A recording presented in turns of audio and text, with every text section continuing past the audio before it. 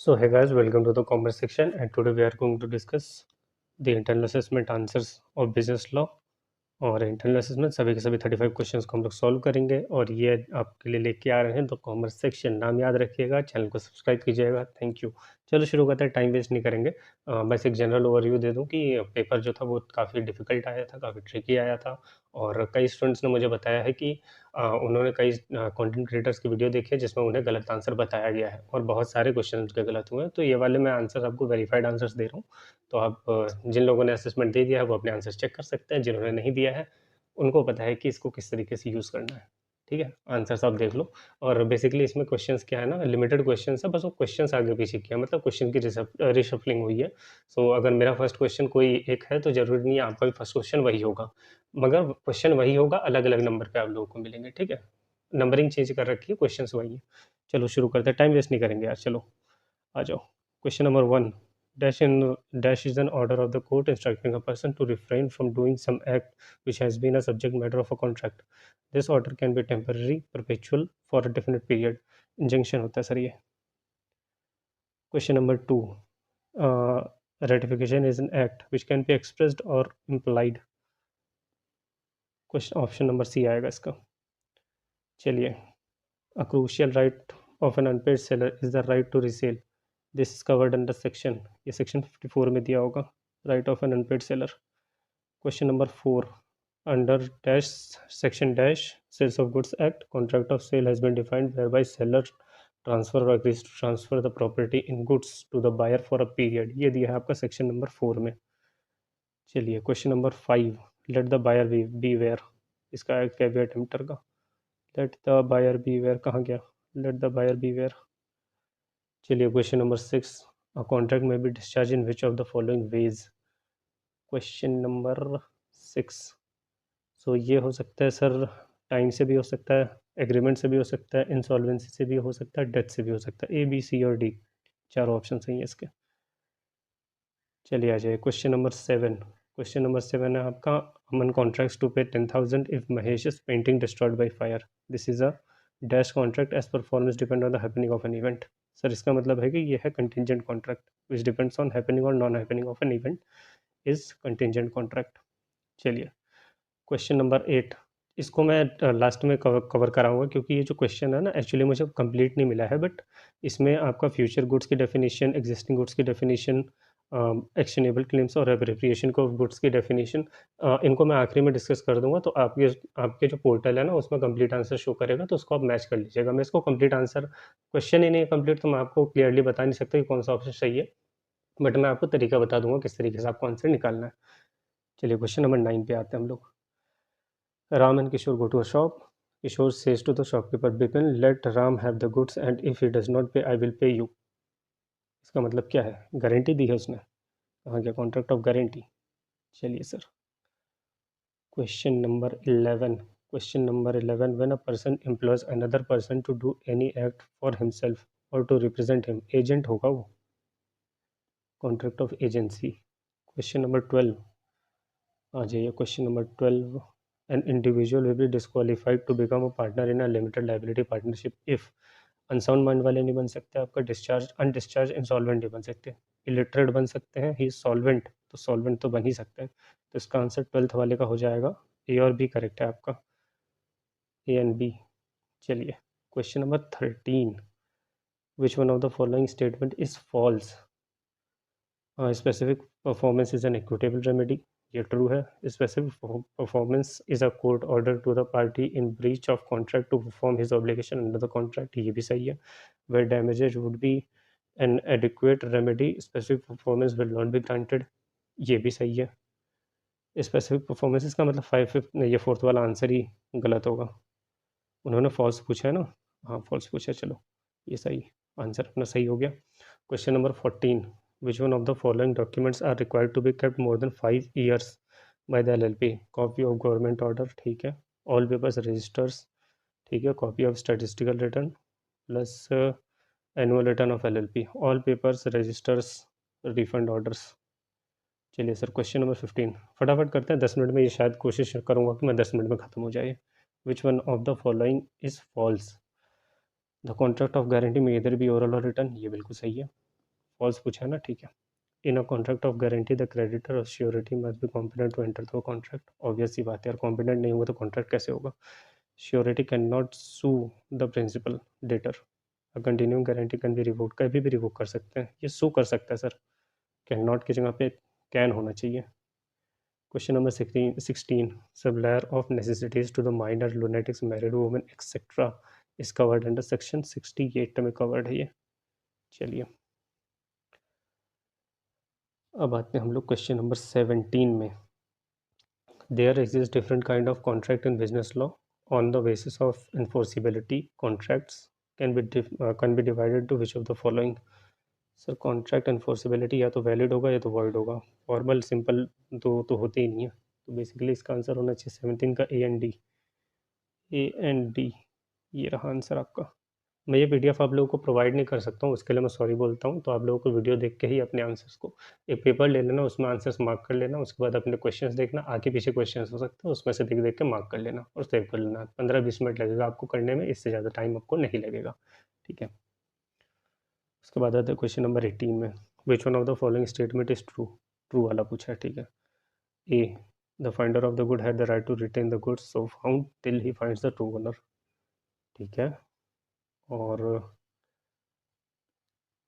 he or she has not got any right to claim for the reward if any from the true owner। यार reward जब रखा होगा तभी मिलेगा, reward नहीं रखा है तो रिवॉर्ड नहीं मिलेगा। इसका मतलब आंसर नंबर 18 का जो है आपका वो होना चाहिए। ए तो ट्रू है, बी फॉल्स है। मैं ए ट्रू है, बी फॉल्स है, ये रहा आंसर। चलिए question number 19। In the performance of contract of sale by the seller stages involve. सबसे पहले क्या होता है? सबसे पहले ट्रांसफ़र ऑफ प्रॉपर्टी होता है, ठीक है। उसके बाद आता है आपका ट्रांसफ़र ऑफ पोजीशन, दो चीज़ें हो गई।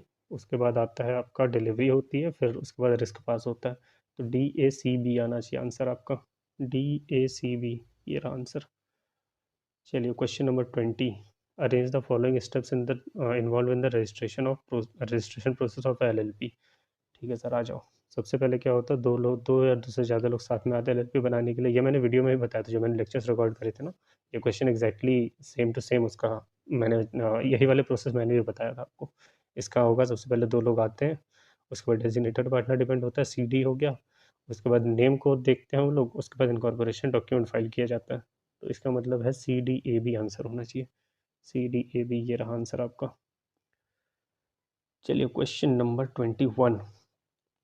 Karan agrees to sell the product of his field to Raman on 1st February 2023. On 1 January 2023, the state government makes a law for the purchase of all the crop from the producer here in spite of desire to sell the product to Raman। वो नहीं कर सकता क्योंकि impossibility हो गई ना, law आ गया है, तो उसमें लॉ को ब्रीच कर नहीं सकता, सुपरवेनिंग इम्पॉसिबिलिटी आएगा इसका answer.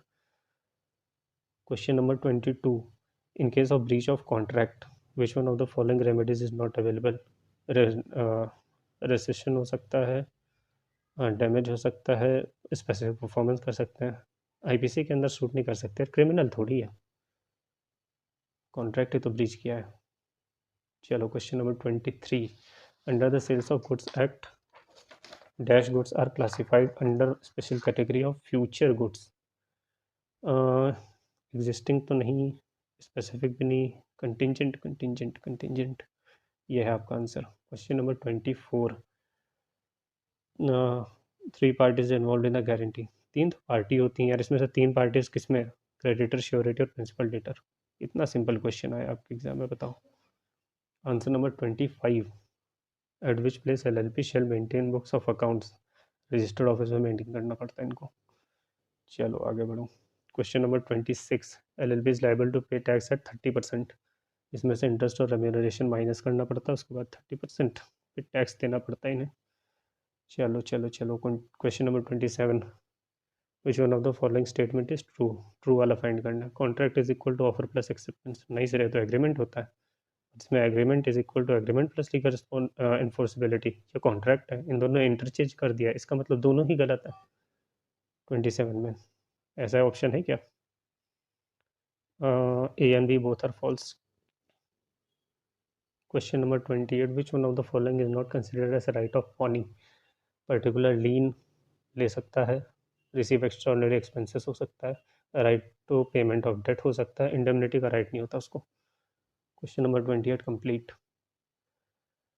Question number 29, which one of the following is not an essential element of a valid contract?